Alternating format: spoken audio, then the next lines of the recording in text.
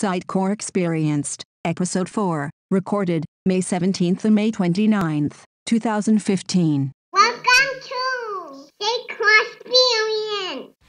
Sitecore Experienced, a video podcast to showcase information related to Sitecore for the benefit of the Sitecore community.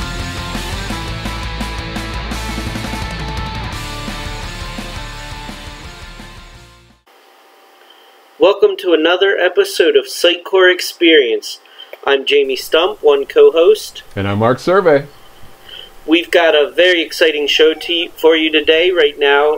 Today we've got Michael West, a Sitecore MVP, here to talk to us about the PowerShell extensions module. Some really cool stuff he's going to share with us, and there's been a lot of really cool things going on in the community that we're going to get to shortly. Mark, how are things going with you? Hey, things are going good. Been fighting with Git the last couple of days, of all things, trying to do some integrations. That. Yeah, a lot of people have. I made a reference to a litter box kind of thing, and I really meant it. No, but we're friends again through forced manipulation. So, yeah, so I've been doing that. I'm doing a little stuff with integrating with Sitecore. Some cool stuff coming. Awesome. Very good. How about you, man? What's going on?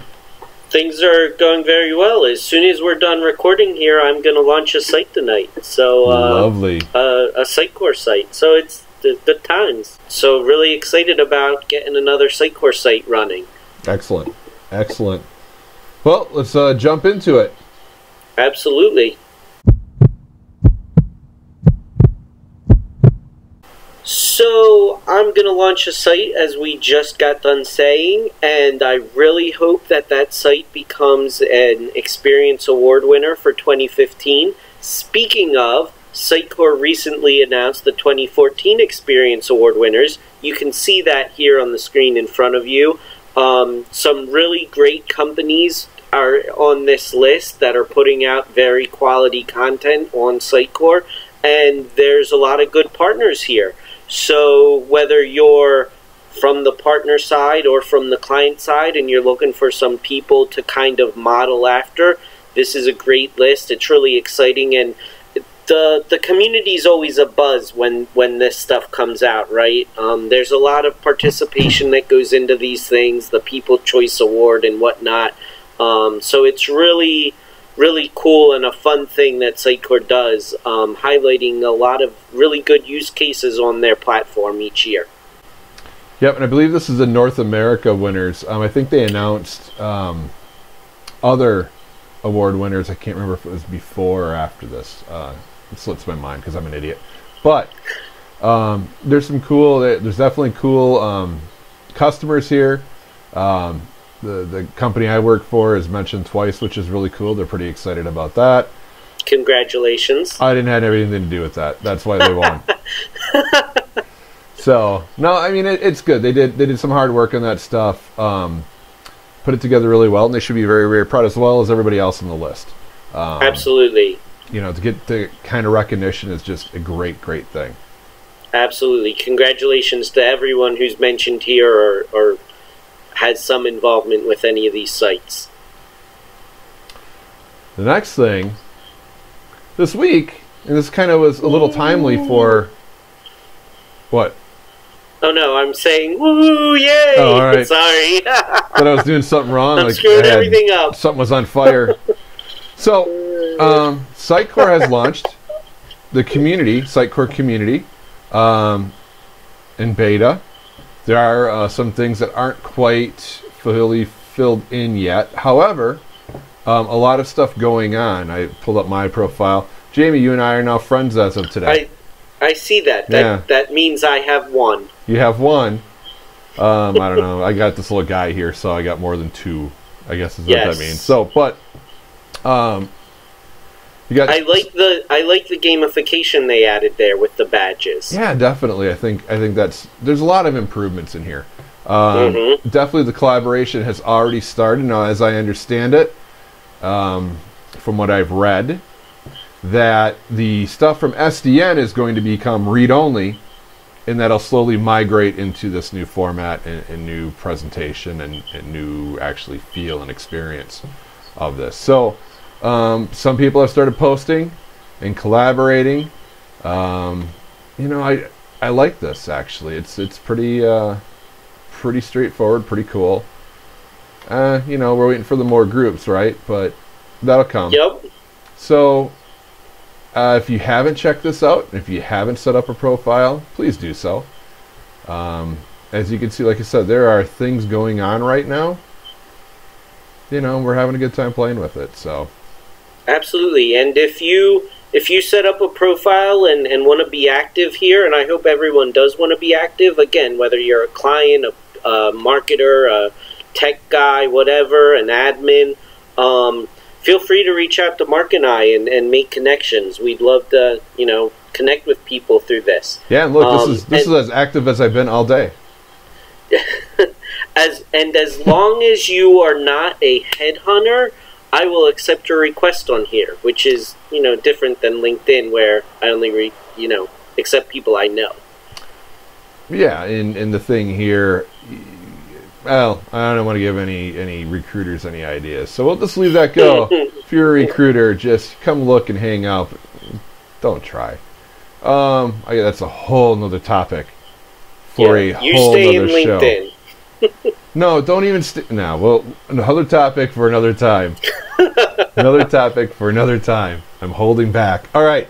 So, that is what's going on in the community. Those are the big things.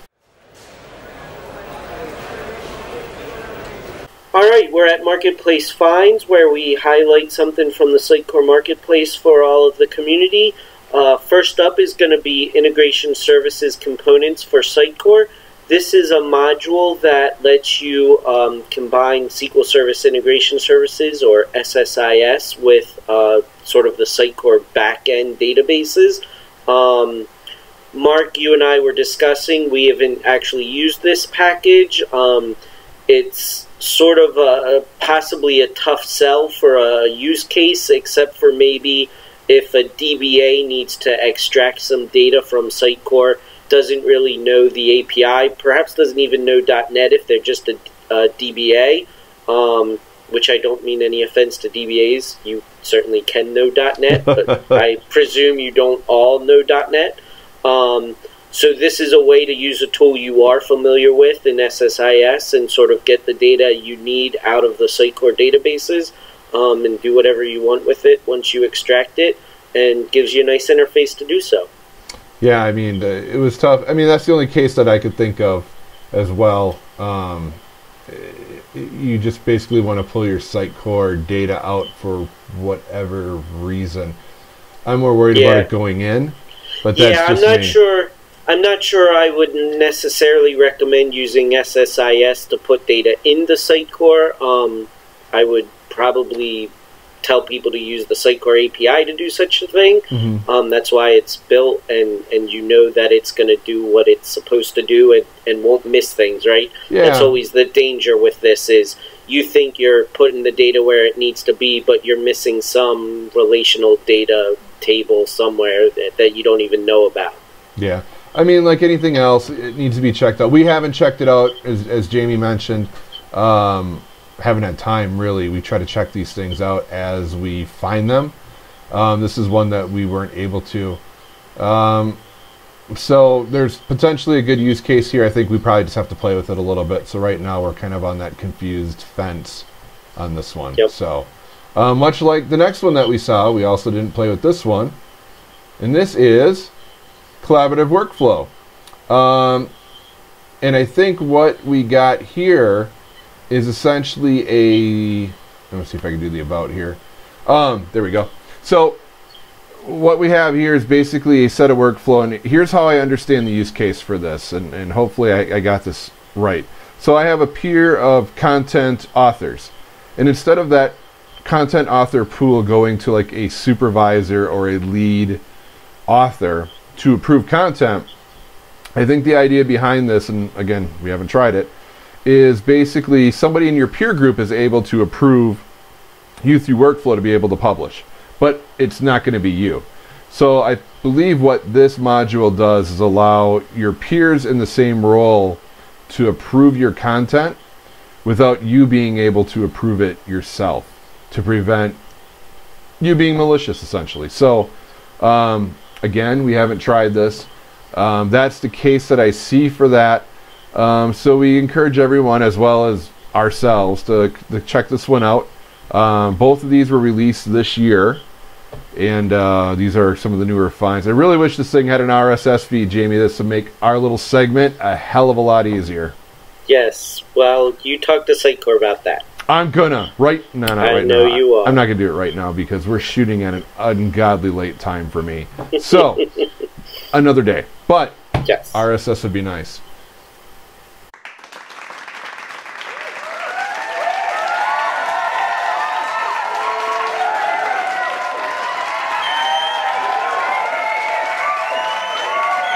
Michael West has been a .NET developer since 2006 and has a passion for learning and teaching. He contributes to development communities for Sitecore and Windows PowerShell. Simply put, a technologist. Michael is a software development manager responsible for guiding developers on building flexible solutions in Sitecore, Microsoft Dynamics, and other technologies. He is also a recent inductee into the Sitecore MVP program, and today he'll be talking to us about his recent work in Sitecore PowerShell extensions. Feel free to reach out to him with any questions or comments through Twitter at MichaelWest101. Michael, welcome! Hey, Mark. Welcome, hey, Jamie. Michael. Thanks for having me. Anytime. Thanks for being here. Yeah, appreciate you considering me for your show. Really? Yeah. Actually, I feel like such a geek. I would go around the office and tell people, hey, I'm going to be on this video podcast and bragging about it. Look, somebody's talking about us. Well, they asked me, a podcast, really? We're glad to have you. I talked. We did episode 2 and 2A with Michael Reynolds, and he had mentioned, hey, you should really talk to Michael West, and that's when we reached out and kind of got together. So, Sitecore PowerShell, show us what you got, man. This sounds pretty good. Yeah, absolutely. So I got a little bit of notes.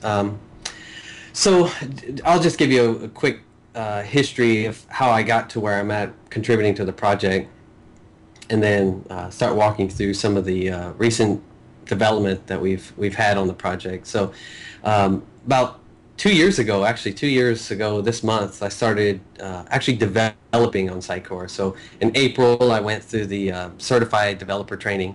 That was 4-day training, and then that next month we decided, hey, at our company, we need to start working on it. We're already 4 months behind on working on the project, and so I just kind of got baptized into Sitecore. I was the only developer on the project. My manager went through the training, but he didn't contribute to the project. So like for the next, from May up to December, I had to learn everything. I had to talk to all the networking guys and just everyone that needed to do something. I had to sit with them and make it happen. And so I feel like the first 6-8 months that I worked on Sitecore, I learned more because of that than I would have had I been on a team of people all contributing to Sitecore. Unfortunately, as time progressed, I started to meet guys like Mike Reynolds and Adam Naimanovich, and their help and encouragement in Sitecore and in the Sitecore PowerShell extensions module, which was at the time was Sitecore, it was like Sitecore PowerShell console. That really helped me understand how Sitecore works, because I'm trying to read API code in C# and convert it into PowerShell, and so I had to learn what it was doing and to reproduce that. And so through through this adventure of working on SPE, I've really been able to understand the backbone of Sitecore. Haven't quite gotten to the front end development on Sitecore, but that's okay. Okay. Yeah, and so let other people handle that. Yeah, I'll let other guys be the feds. I know enough to be dangerous, but not enough to be efficient at it. And so, actually, right when I started on Sitecore, I'd heard about PowerShell for Sitecore, and I'd heard that Adam had been working on this project, and it had been going on for a few years, and I was real excited about it. And so I started making requests, feature requests, and so then he gave me an opportunity to contribute to the project. Adam was real open about it, And I thought, man, that's awesome that he was so open to share something he'd been working on, and that really, I think, embodied what the Sitecore community is like. Is, you know, people are like, hey, I'm working on this, but why don't you help out? And any help, any ideas is welcome. And shortly after that, I presented on SPE at a PowerShell user group. So purely PowerShell. No one knew anything about Sitecore, and I can share the link sometime today, what I recorded at that presentation. Yeah, please do. And you know, I just barely knew Sitecore. I barely knew PowerShell for Sitecore, and I'm presenting to all these PowerShell gurus, system admins, and you know, of course, they're impressed by it because, you know, who else in the community is building PowerShell integrations into some other products? You know, you kind of expect that with Active Directory or Exchange because it's very Windows specific, but a CMS, you know, creating this custom provider, that's beyond what most people experience. And so over the last 2 years, I've been able to contribute, and I believe through my contribution for this project is how I got the nominations for MVP. And you know, I appreciate the community nominated me for MVP. I never really thought that I'd get to a point where I'm an MVP of anything, really. And so here I am, you know, first timer MVP for working on something that I really enjoy working on. So excellent. And as you can tell, I've got T-shirts made for SPE. If you've got a really good idea and we implement it, I'll mail you a T-shirt. Awesome. So, and awesome. All right. The community needs to know that. So where can they go to submit their ideas? Really quickly. Where can they submit the ideas? Yeah. Well, we ask that you go to our GitHub page. That's probably the best place to do it. So you just go to GitHub, find the console, or you can go out to the marketplace and it's got a link to it, and then just create a new issue. Or as you mentioned earlier, you know, message us on Twitter, say, hey, I got this really good idea. But ideally, it'd be in the issues log on GitHub, because then that's how we process our work, and so we can kind of keep you updated on the progress of that through this tool, and you can then see it, what release it goes into, and maybe any kind of communications about, you know, what it took for us to accomplish that. So yeah, I'd encourage you to do that. Absolutely, have the community take a look and contribute. Yeah, perfect. Very cool. So let me ask you this real quick. Have either of you installed and tested out SPE? I have not. I also that is the have one. Not. You have it? I have not. Okay. Wow. All right. Well, this is great. And it'll be better when you try it. So the next question is, how comfortable are you with PowerShell? PowerShell I haven't done too much with. I've done some scripting, shell scripting in Unix, so I think it's pretty similar, as I understand. Yeah, PowerShell was, I think it was kind of modeled after Corn Shell, and so the syntax should be familiar. And so I'll run through some examples just to kind of give you a feel for it. But I would say you probably would have less trouble learning it than you would learning C#.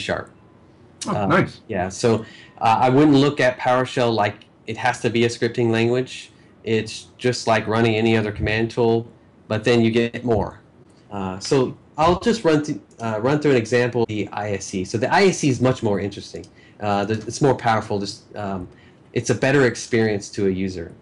So what we've changed is now you get a little text editor. So this is using the ACE code editor. If you're familiar with Code 9, we've taken that open source JavaScript-based text editor and placed it into this product. So here I can do get user, and it's a little bit different. In the console you hit tab, but in the ISE you do control space, and see you get a little IntelliSense. So as a user of it, you don't have to know all the commands and the syntax for all the commands. There's a way to figure that out, right? We've got PowerShell makes it very easy to do that, and so that's just one other reason why PowerShell was chosen as the platform for building out the automation functionality. So get user, identity, admin, and then I can just do Control E, and it'll execute that code and print it out to this little window here. So this is just the output screen. There's no typing within the blue area. But see, now I can save whatever I'm working on. Where in the console it's more prototyping, and then in the ISE is further developing that functionality. Okay. So, questions so far on this? It seems pretty self-explanatory to me. It's a matter of understanding the verbs and the nouns at this point. Is what I gather. Yeah, I could talk. Okay. So to that question, there's a command for that. Get verb. So you run get verb, and what this is going to do is it's going to, by default, the way it formats. If you recall, when I was using get user, it only came back with I think 4 properties. And then I had to use another command to show everything. Well, what PowerShell does is all the data is there, but by default, you tell it how you want to format the data. And in this case, Microsoft assumed that all you really cared about was the verb and the group. And so it only formatted that. But you can do you can take another step, another command to show everything. So if I do get verb, these are all the approved verbs. And so when I did get user, okay, so there's a get, and notice they're all in the common group. So if there's a get, there's probably a set, yeah, and maybe there's remove, and so it doesn't have to be real complicated. Just run the command and get a feel for what they are. And Microsoft has an approved verb page, and they describe if you're going to use get, what does that replace? Like, what other verbs would have been similar? So like remove would be similar to delete. And so they say, well, remove is more generic than delete, because delete's more of maybe a file. You delete a file, but might not delete some other type of information. And so how do I know how to use this command? Like, how do I know what the structure of get verb? Maybe there's other parameters and arguments that I want to pass in, but I don't really know that. So I can do get help and then the name of the command, and that's going to output details about that command. Nice. And so this gives you, the syntax gives you an example of all the different variations to use that command. So if I jump back to the get user, then I'm going to get 3 variations of that. And so I'll pause right here, and I'll show you the ISE in a Windows environment. Okay, so this is the ISE in a Windows environment. So it should be very familiar to the user. And so if I ran the same thing, let's see, get help, get process, F5, then it's going to output basically the same thing. So whether you go from one to the other, you should just know how to use it intuitively. And I've got some cool remoting examples where I'm actually outside of Sitecore talking into Sitecore with scripts. So good for automation, Nice. like continuous integration, continuous deployment. So jumping back, we have 3 versions of this command. Get user with an identity, with a filter, and then the current. So real quick, if it has a bracket like this, square bracket, it means it's optional. But in this case, the actual argument doesn't have the brackets, so that's required. So I can use get user,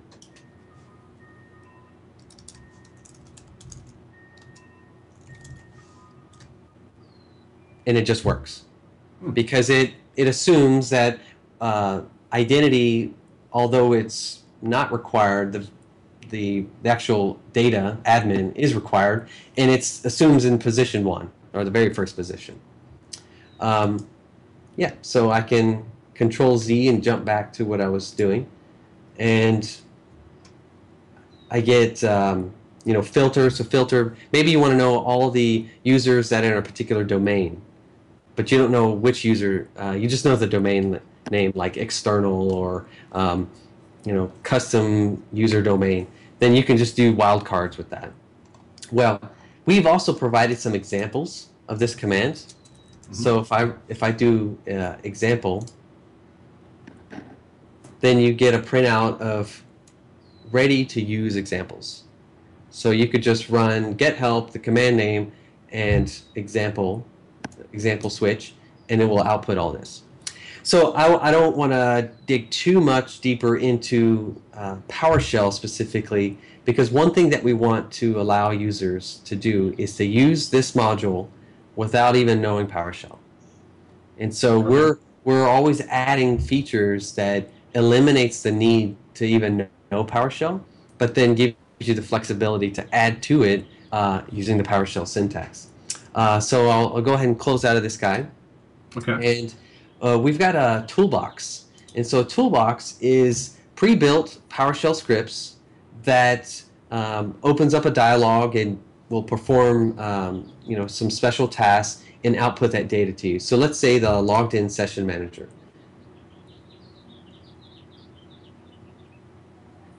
Now, I didn't have to know how to use PowerShell to run that, but I can still see that there's one user logged in, and that's the admin. So this is useful if you want to report, let's say you have 10 concurrent users and you're currently maxed out and it wants to boot out somebody. Well, you could run this report and see who's logged in and when they last used it. And maybe you wanted to kick the user out. Well, then you could just do kick user. Nice. That's very cool. Yeah. And so furthermore, what we've done in this window is we've built the script to query all the logged in users, and we've added an action script to show this little button. And this little button runs more PowerShell code and would kick that user. And just one other thing, when you're writing the PowerShell scripts, you can essentially copy and paste C# code and then just rework the syntax a little bit, and you have working code. So it's okay. So I can show you another example of that. Sure. Just the other day, I saw a post about the package history module posted out on the marketplace. I thought, wow, that would be a really awesome feature to add into this, because I can install the PowerShell module, and then I can install 12 other modules. But if those 12 other modules were all built in SPE, then I only need to know how to use the one module, and it has all that stuff built in. And so I just got it started today. It really only took me 5 minutes, and I'll walk you through how to create a module like this. So I created this package history module and built this function, get package history, and it'll output all of the modules that were installed. And there's, in the code, you can see that there's a reference in the core database, and it will pull that back. And so I basically went out to GitHub where the gentleman had posted his code, and I just copied and pasted it and reworked it to do the same thing. So I created this reusable function, and I reach into specific areas within Sitecore. So here I get the core database, and then I get an item, this particular item from the core database, and I loop through it. And if I run that command, package history, then you see that I have one installed. So the next step is to implement the uninstallation feature of that module, but that'll take me a little bit more time to get that working.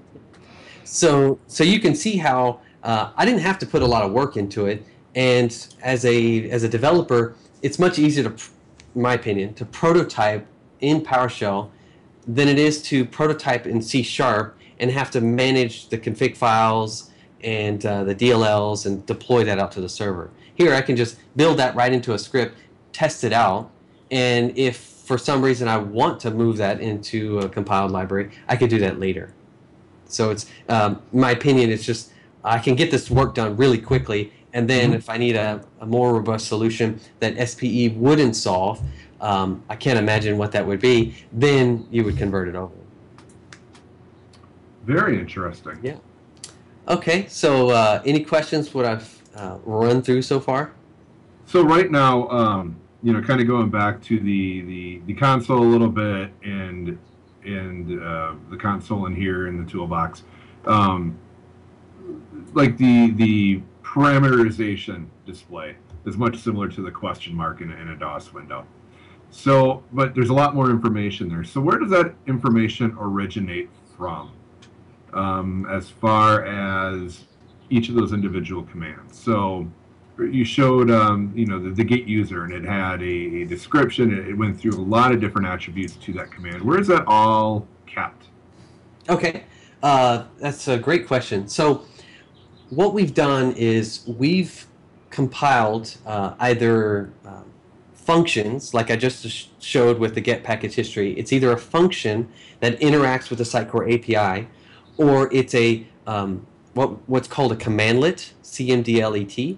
It's a compiled version of the code. So when Microsoft distributes out a module, it's typically a compiled library. But you could also distribute it as PowerShell scripts to do the same thing. And so what we've done here is we're using a combination of compiled code and scripts. And in this particular command is a commandlet. It's a compiled version. And so there's an API you interact with for PowerShell, and you build your class a certain way. And then this data for the user is using the Sitecore API. So we're not doing anything different than what you would have already done.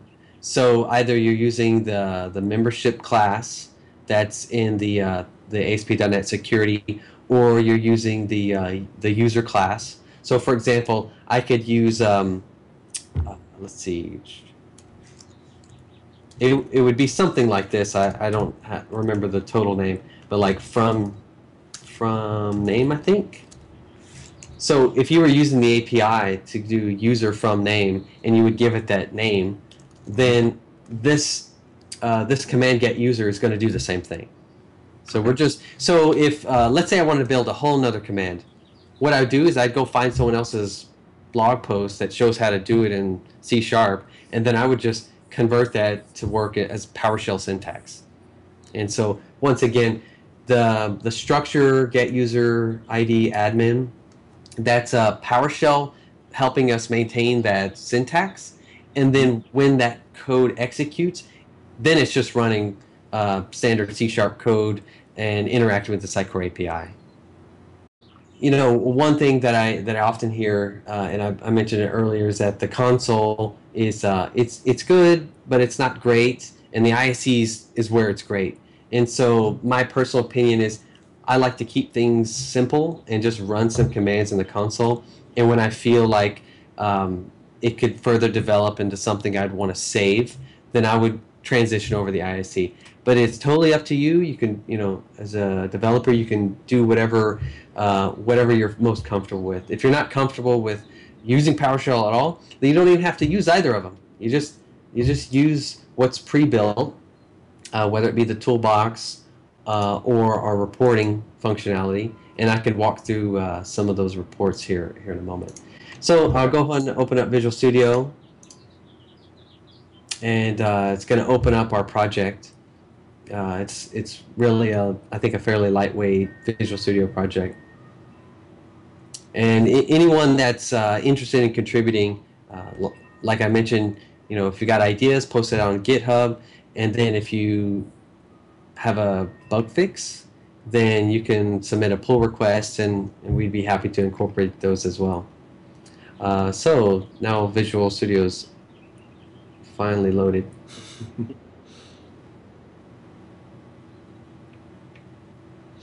So, Michael, while we wait here, I know one of the things you had mentioned earlier was sort of continuous integration. So I know tools like Octopus Deploy can be set up to run PowerShell scripts.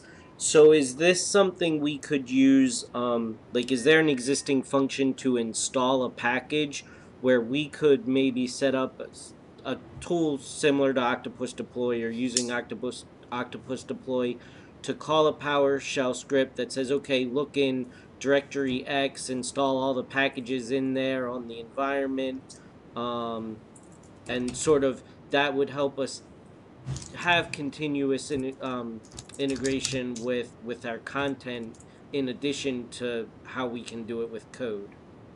Yes, yes. Okay. So I guess what I would say is let's talk through the scenario in which you'd want to use it. So if you're going to use SPE, the website would need to be running, right? So you'd have to have the Sitecore instance available. Yep. And then we have web services to interact with.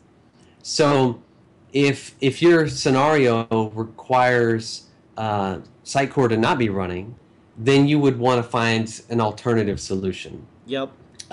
So if Sitecore is running and you wanted to automate maybe copying module packages from one environment to Sitecore, and you wanted to install that package, then we've got a command for that. Awesome. So what I've done is I've loaded up the help documentation for a command called install package. And you basically provide the package path and some other details about, normally when you install a module package, you've got these little pop-ups and you say, how do I want to merge? I want to do merge or override. And so here you do the same thing. You use the command line to make those selections for you. And I've got another demo up. Let's see. So in this, outside of Sitecore, I have this script, and I'm running it in the Windows PowerShell ISE. So it could be on a totally different machine. Mm-hmm. And I've created a PowerShell module, which I'm excited to say that all I have to do is bundle it up and put it out on the marketplace, and you'll be able to use it. And so you essentially drop the code into specific directory for Windows PowerShell, and it's just a common path that kind of every blog will point at. And so I've dropped the code out there, and I run this command import module, and then I've provided a list of URLs to my Sitecore instance, and I'm basically creating an object to reference the URL and the username and password to connect to it. And get item, I'm going to get the image on this current machine, my local PC, at the path C image PNG. And then this module that we imported has a function called send media item. And what it's going to do is it's going to take this image and pass it through the web service to this path within Sitecore. So it will upload it into the media library at that path. Okay. And then I'm going to download that file from that media library path to this directory. Okay? So what I'll do real quick is so we're at the C drive, and so I'm going to run it. It's going to list out using this verbose setting. It's just saying, hey, this is a status check, everything that's working. It shows that it created a file, and here we have an image. So, and if I run it again, it'll just add another one. And we'll just keep doing that. And there was another post here recently where someone wanted to bulk upload images. And this is a way to do that. So what we have in this example is an external module built in Windows PowerShell. So it's outside of Sitecore.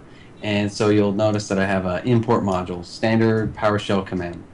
And then we've got some other commands that help you connect to the web service and the PowerShell module. And what we're going to do in this example is I'm going to get some images that are on the local system, and then I'm going to upload those to the web service using the send media item command. And then after I upload that to the server, I'll receive it, I'll download it from the server and save it to the local path. And so just to show you real quick, I have this image PNG, and when I run the script, it shows that it created a new file out on the hard drive. So where is this really useful? If, let's say, you wanted to bulk upload images to your Sitecore instance, this could be a way to do that.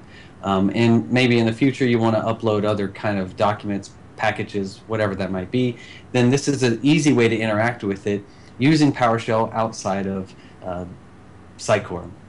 So we also have another web service that you can interact with, which is going to be a more RESTful type of web service. And so you would just go to the Sitecore instance URL, and then we have this API path, script version 2, the database that you're interacting with, and a script that you want to communicate with, that you want to execute. And so I'll go ahead and run that, and it's going to use this invoke REST method, which is a PowerShell command introduced in Windows PowerShell version 3. So when I run that, you'll see that this response that came back is it's a properly formatted message. It's actually a JSON formatted message, and so we get a status message, time span, type step, and results. And so let me jump into Sitecore to show you where all of that's located. So if I jump into the Getting Started module, which I would recommend that you check out if you want to get some beginner tutorials, we go to the Web API. So the Web API script library is what this will map to automatically. So a script that is in the Web API script library will automatically be found with this URL structure. So this right here, it's going to match for that name and run it. And so we see we have the home and descendants, and then I can edit with the ISE. And one other tip, if you do this crazy shortcut, Control-Shift+, you can increase the size. Great for demos. So what I've done here is I've created a function that wraps all the code that's being executed and adds the status and the time span and the timestamp, and it just kind of beautifies that for you. And so you essentially run that method, that function, and you provide it the code that you want to execute, the PowerShell code. So here I'm just going to get the home item, select 2 properties, then I'm going to get the descendants recursively of the home item and the same 2 properties. So if we jump back to what had executed, we have the home item, the path, and then we have some descendants. So it's a very intuitive, easy way to interact with Sitecore using PowerShell and the web services that we have pre-built. And so going back to here, this API script, it's just a function I threw together. You actually don't have to use that. This file could have just contained the code here. And I'll show you that real quick. So I will comment out,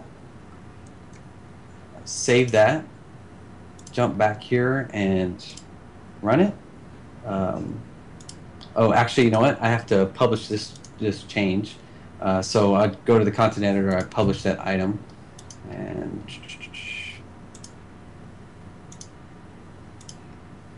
the reason why I have to publish this is because I didn't provide any credentialing for that script, and so kind of the safeguard that we put into the web service is that if you're running it on the same environment and you don't provide a password, or you do provide a password, it'll pick one of those databases. And nice. So let's see if that works. Okay, so here we go. So it doesn't look all that great, but as you can see, it just output all of that content. It's just not formatted for the external environment, which is why I wrapped all of that into a JSON object. So Adam Naimanovich has written a really great article about how to use this web service. It came out a couple weeks ago. I would encourage you to check that out. Just look Sitecore PowerShell extensions remoting, and you'll find it right away. Okay, so we've got that one, and I'll show you one more Invoke web service example. This is similar to the one with downloading images, and what I'm going to do is I'm going to interact with the web service, but I'd like to get very specific information out of that. So I'm going to provide it the script that I want to execute, and so here I'm going to get a user, the admin user, and output the results of that. So I run that, I see the output. So I'm getting formatted data outside of Sitecore, and it's because the module I put together has the formatting file. It has the necessary PowerShell file to show it in a table format. And I've also referenced the SPE module DLL and the Sitecore DLL, so I have availability to the properties that are within that class, if you will. Cool. So see, I couldn't have gotten this unless I referenced Sitecore DLL. So the module, all you do is just drop those two DLLs in here, and when you run the import module command, now you gain access to all of the classes that would have been in there, outside of Sitecore, of course. Mm-hmm. But that's not necessary. Let's say you don't care about the IntelliSense, you just want to run it, then this works just as expected. So the next thing I want to do is similar example, but I'm going to pass extra data into that command, and this is to show that I'm reusing a session. So the sessions within SPE are stored within the session object, and so when I run this first command, that information is stored in that session, and when I run the second command, you'll see that there's arguments are passed in, and then the session will still contain that extra information. So I go ahead and run that, and then now we get the dates. And so then I can jump back to, so I can go to the very next one. Let's see, this guy.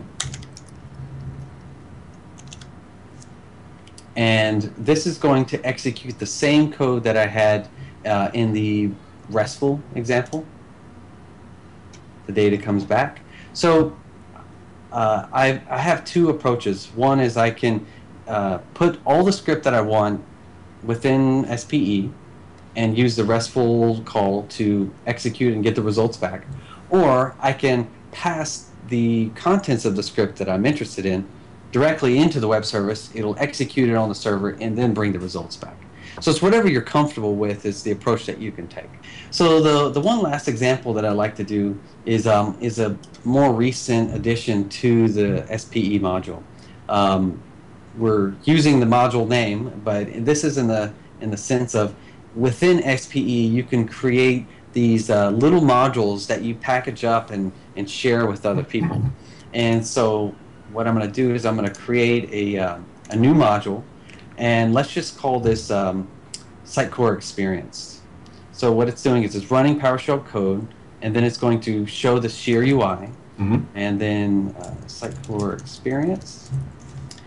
And it's enabled by default when you run it through here, but you can disable the modules. So let's say, for example, you want to distribute this module with your product. You could have it disabled by default, and if someone so chooses to enable it, they can enable it. And what that will do is in certain areas like insert options, so here it shows you can create an insert item. If you want to do gutter or ribbons or any of these other integrations, if it's disabled, then it won't be available in the context menu, for example. So the insert item will be hidden until you enable the module, and then it would show up. So let's try that real quick. So I'm going to create a new Sitecore Experience module with an insert item option. And so what this is going to do is it just basically says, hey, there's some results if you care to look at it. And so then I'll refresh. We see the Sitecore Experience. All right, so here we go. We've got the content editor and a context menu. So all I need to do is to create new PowerShell scripts under here and call it whatever I want. Do something, or let's say hello. So then this new script is going to contain whatever code I want it to contain. You could have it maybe search the tree, perform some operations on it, and then output that it completed. You know, whatever your imagination can come up with. So I want to show an alert, say hello, and then there's a window that shows right behind it, and we'll automatically close that. So what I should see now, so it's not there, but it's here. So now I have the say hello, and I believe the insert item would have shown up at the top. So now we've got the hello, and that's it. And so let's say you're working on your team, you got all these great ideas, you build your own Sitecore Experience module. How do you get that to the rest of your team without putting it on a source control? Let's just say you prototyped it and you want to give it to somebody. We've got this built-in module, so one of these other modules that are up here, package generator. You're going to go to packaging, and I want to do a quick download branch as a package. So it runs the code. It says Sitecore Experience. That's the name of the module, the person who created it, the publisher. Hit OK. Then it's going to prompt me to download that package. So this package was really generated in the packages directory. So I can do download, save it wherever you want. So this, the command that popped open the dialog to download, that's a command built into SPE. I think that one's called send file or something like that. And then I'm going to save this to the desktop. So we've quickly created a package with no coding, and in this case the only coding that I did do was the show say hello. That's it. So pretty straightforward. And so I'm actually working on a module for Active Commerce. I thought, hey, that would be pretty cool. Went through some training. I'd like to package up some things that I learned from that training, and so I'm going to bundle up my own little package and then send that over to Nick and see what he thinks about it. And so if you've got any ideas, if you're working with Active Commerce on your own, you could do that. You know, really the possibilities are endless now with this, because you can do just about everything you could do outside of Sitecore or using the built-in tools in Sitecore. Now you can automate that through SPE. So pretty straightforward. One of the latest things I'm doing is I've created a unit test module, and so you know, there's been many posts recently about, you know, testing Sitecore, you know, using fake DB and things like that. And so I had found this PowerShell module that lets you run tests. And so what I've done here is I've created this get user test. And so this will open up real quick. And you can see I've written a couple different unit tests. It's using a PowerShell module called Pester. So when I execute it, it just outputs that these commands executed successfully or not. So if I didn't break anything, then here we get some output from that. So pretty neat. So what I like to do with that is to write tests for all of the SPE module, and then anytime we add a feature, validate that it didn't break anything. But you yourself could use the same Pester module to test out everything. And you know, you never know, maybe I can incorporate that into SPE for you to use your own unit testing if you didn't want to use Pester. So yeah, cool. So that's kind of everything I wanted to say about SPE in a nutshell. You know, there's just so much that you can do with the module. Anybody that wants to, you know, ask questions, I'd love for you to just message me and say, hey, how do I do this in there? Because if it's something that, you know, maybe other people could use, I'll write the script, pass it on to you, and include it by default. I wrote some optimization scripts. If we pull up my blog real quick, I wanted to reproduce all of the system maintenance functions that you find in the control panel. I thought, you know, if I just bundle that up into little bitty functions, and I'm going to include this in the system maintenance module, this guy right here. So then you could create a scheduled task, using the task scheduler, create a scheduled task, reference one of these, put it on whatever time you want, once a night, whatever, and then while you're at home sleeping, this cleanup task is running. So it's pretty slick. What I really enjoy about the way SPE works and the fact that it's using PowerShell is I can go out and find just about any module on the marketplace, and I can build it in SPE and distribute it through SPE. So in essence, you really only need to have one module, and if everything's built in PowerShell, then you can just import that and boom, you're done. Two things that hopefully will excite you and everyone else that's using SPE. So I'm working on, we have the full module, includes everything. And so I'm working on a minimum version of that module, which is essentially the bare bones to get SPE working in, let's say, your authoring environment. Because some folks maybe are really comfortable using it in their dev environment, but not so much comfortable having everything within their production. So I'm working on this minified version of it, if you will, and it'll have just the basics to get SPE running.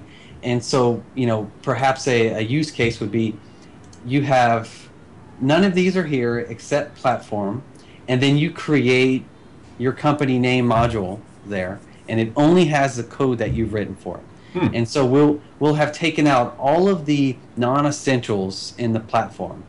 And then if you check out the Git book that we put together, so this is actually linked out on the marketplace, but we've been working on this Git book similar to the Sitecore community book.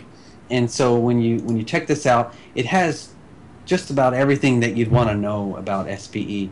The console, the ISE, some of the minimum requirements for remoting or for the security. So here we've got a remoting example. If you wanted to create scheduled tasks. So it's like really the quick start guide. And we're also working on some lab materials. So I'd like to host some training sessions, kind of like Active Commerce or Glass. So you get me, my undivided attention for so many hours, and I walk you through PowerShell, walk you through SPE, and help you build products on SPE. And it also has all of the help files. So if you recall, earlier I showed you the get user command. Yep. And if I jump down to that, get user, then it has all the same details in here. Examples, so forth. So you could have this on your second screen, and you can be working on SPE on the other screen, and just quickly reference through here. And if there's any kind of enhancements you like to the documentation, submit a request, and we'll be sure to add that for you. There's a new feature that Adam's been working on. I had proposed this idea about how do we help someone build reports, because in SPE we have reports. How do we help someone build reports but not have to know PowerShell? And so he'll present on that, and hopefully he can be on your show and he can demo that. It'll be in our next release, 3.1. And but we're getting to the point where you don't need to know PowerShell at all. You can just install the module, and it has everything you need: reports, tasks that you need, just kind of the whole line of features and functionality. And then if you feel like customizing it, then you can go write scripts to do that, but it's not required. And you can make requests, and we'll do that for you, because that's just what we like to do. When I'm at work, I'm thinking about what's the next thing I want to do. Like I want to implement the create anti-package in SPE, and then you could install packages, you can uninstall packages, you could do all sorts of stuff. It was like, well, shoot, everything's in SPE, so it's the go-to tool. And just a shout out to John West for listing it as one of the toolkits that you need in your tool belt. So that was pretty cool of him to say that. Nice. Yes. When is 3.1 coming out? Do you guys have a date yet, or is it just kind of still pending? Well, it's like 18 days past the due date. I think that's what GitHub just said. That never happens, so don't worry about that. I'm just real excited about it, and hopefully, as y'all are watching this video, you'll go, hey, I need to go download SPE, and then you'll log in. You'll sign in to Marketplace, and hopefully it's fast. And then you'll scroll down, and you'll select whichever one of these that you'd like, and then our number will go up. we are often tracking our count and hoping it to go way up. Yeah, so definitely. But I see a lot of value in these other modules, and I'm just excited that the community sees this as a valuable product, and to see it in the top 3 is incredible. So Adam, Mike, and myself all appreciate you using it, contributing, asking questions, and all that jazz. Well, you guys have done a terrific job on this, and anybody who hasn't checked it out, us included, definitely do so. I'm looking forward to getting my hands on this, and I see a lot of time savings here. So, it's an open playground for me, which is very, very cool. Yeah, absolutely. Excellent. Cool. Michael, thank you very much for everything. This was really fulfilling for me to know more about this. It's always something I've seen, and I'm like, yeah, one day I'll get to that. And I think you've kind of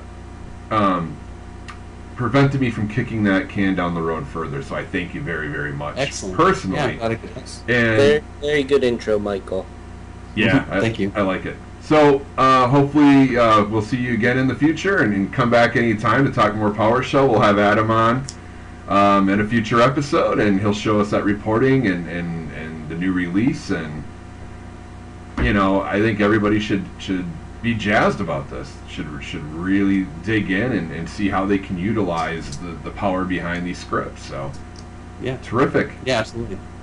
Thanks, guys. I appreciate you having me on the show. If the moose says you're closed, I say you're open. Okay, for closing thoughts, I'm going to keep myself in check for this one a little bit. We're going to talk primarily about the supply and demand of Sitecore people. People being developers, architects, content, architects, across the gambit. So, I don't know about, Jamie, your company.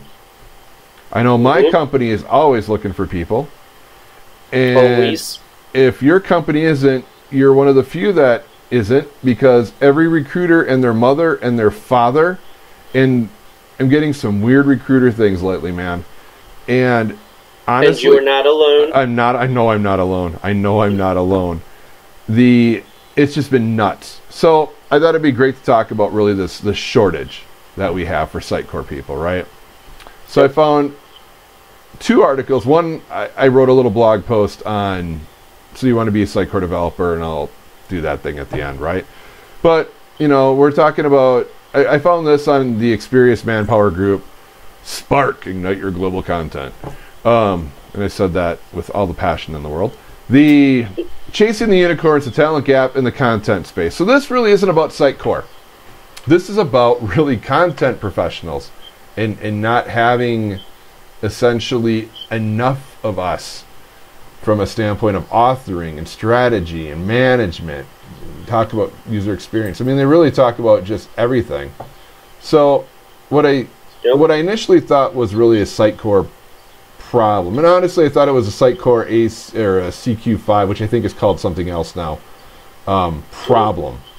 But this sounds like it's a vertical problem, if you will. I just did horizontal for vertical. You like that? And that got me thinking a little bit. What are the specific skills, and what are we really missing? And if you really think about Sitecore, it's really, you got to understand kind of that content management flow, and taking that from a different perspective, just the regular .NET stack. But otherwise, it's the .NET stack modified. I think that would be fair to say. Mm-hmm. So it's an API on top of .NET. Yeah. So I mean, and what we've always said, and this is all this is debatable. You can take a Sitecore developer, and that developer can do some pretty good stuff in the .NET stack. A .NET developer, though, sometimes has a hard time transitioning to Sitecore. And a lot of that is that gap of content and that understanding of that world. Yep. So, little article there. We posted the URL of where that's at. And our good friend Chris Williams, who's a Sitecore MVP, wrote this little bit in LinkedIn that caught my eye, which kind of caught my interest a little bit overall. And this is an article from last year.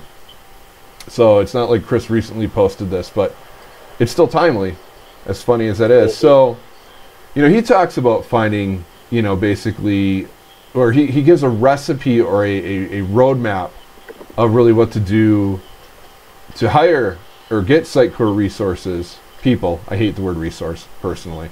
That you're not able to find and pick off the street. So, so this is more of I'll call it a farm program recipe. And and the truth of this is, right, no one is born with an inherent knowledge of Sitecore, right? No. Every single MVP one day prior was not experienced with Sitecore. So we've all kind of grown through this. So it can be done, and it will be done in the future.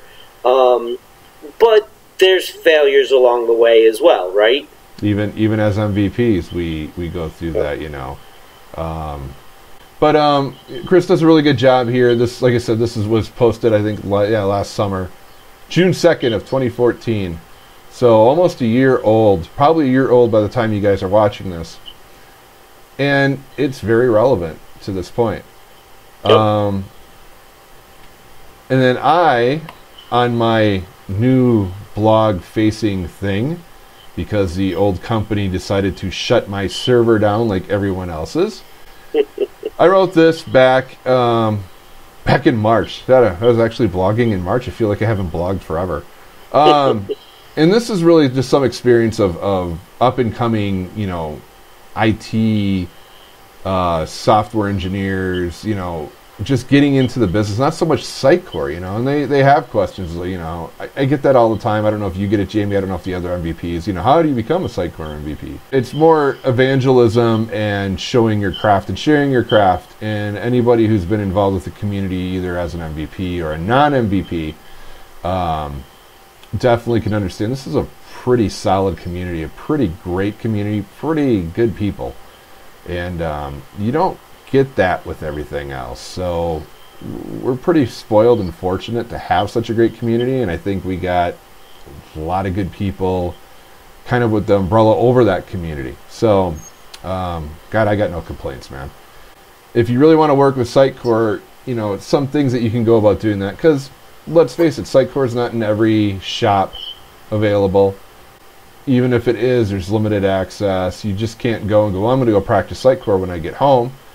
And so I go through 8 steps here and things that you can look at, things that you can do for those young guys that just want to get started and just, hey, I really want to learn this.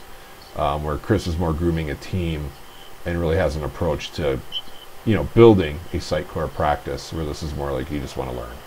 Across the board, I mean, are we sitting what feels like a leprechaun in a pot of gold right now?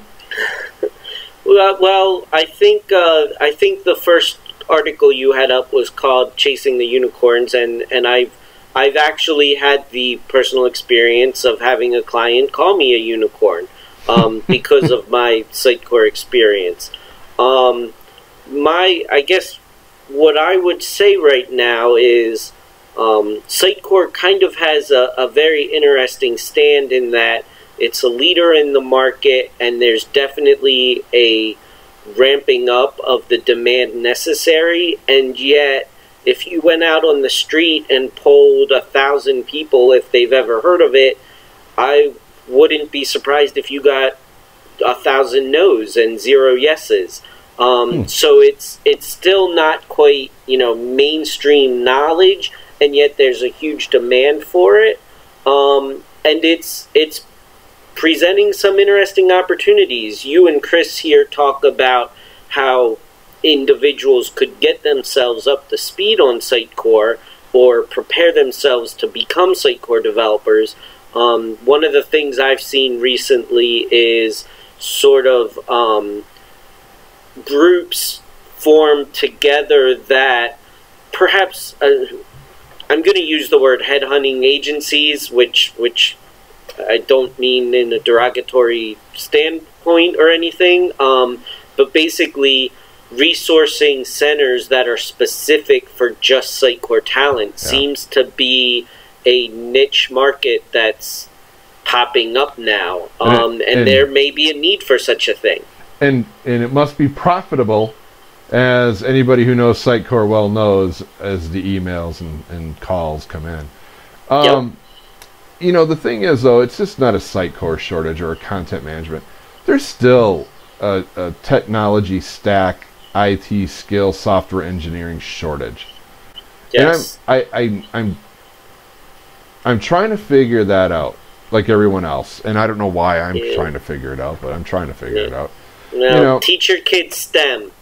My kids have been taught STEM, right? And I got one who's actually teetering, or apparently teetering, either well, between three things: either software engineering, accounting. Nothing wrong with accounting. I had to giggle. No, I was there. I went into college as an accounting major. I did. You did. And insanity. Because he's still a teenager, right? But well, yeah, let's steer him away from the third one there. I don't care.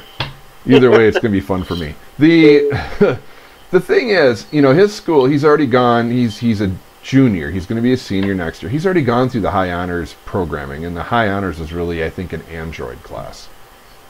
Pretty weak. And from my perspective, it's pretty weak. It's like, oh, yay, you did an Android app. And don't get me wrong, Android apps can be very challenging. They weren't doing challenging, okay? And you take that next leap. I mean, and I'm doing this college search with him.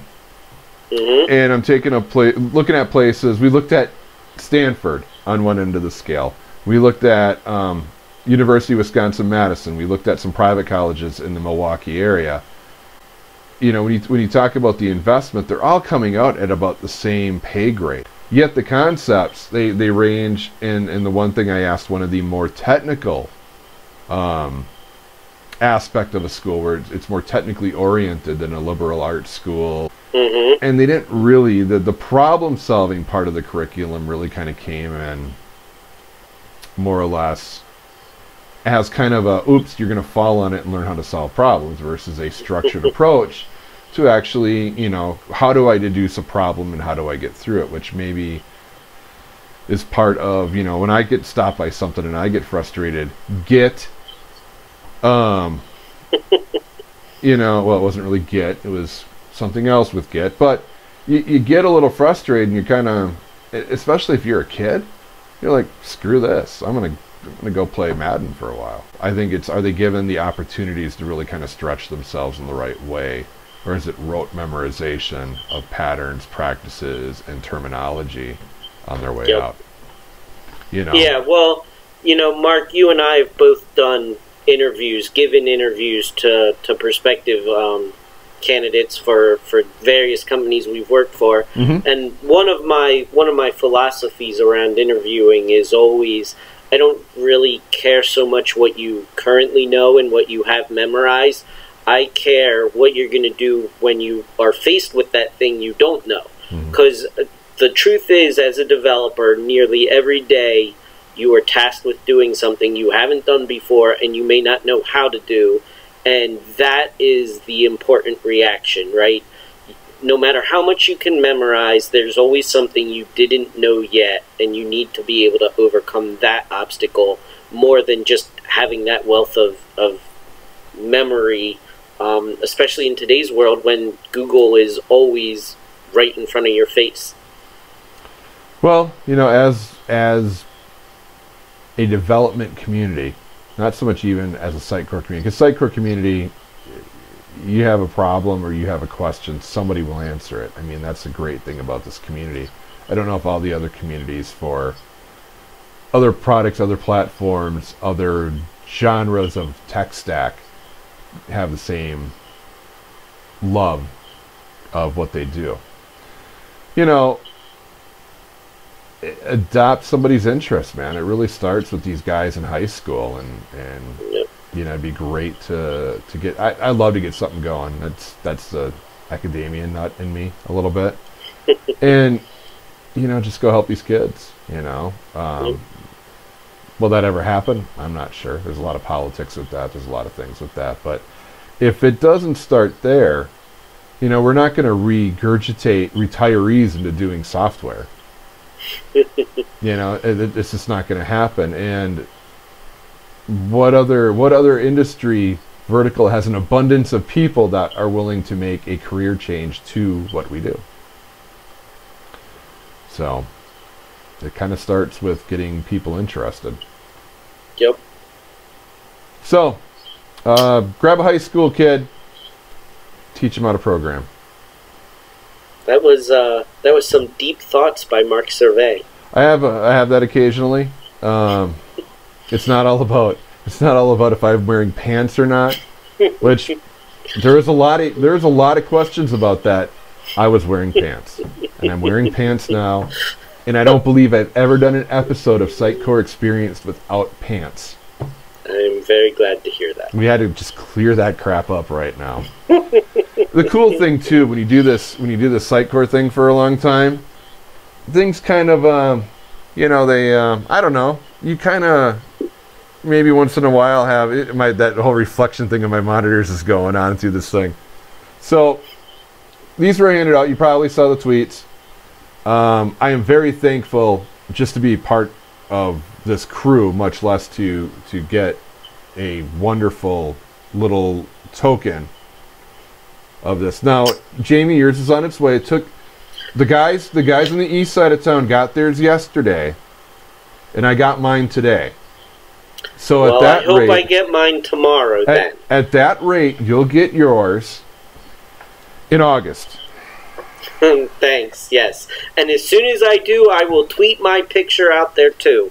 I am anxiously awaiting it. I have the concept in my mind. You know, I imagine when I did this morning in Sitecore, probably, do we really have to favorite this? We have to. We do thank Mr. Michael West, for being on. Hope to have him in the future as well. So, any thoughts, Jamie? No, just again, I'll echo thank you to Michael, and until next time, don't forget to publish.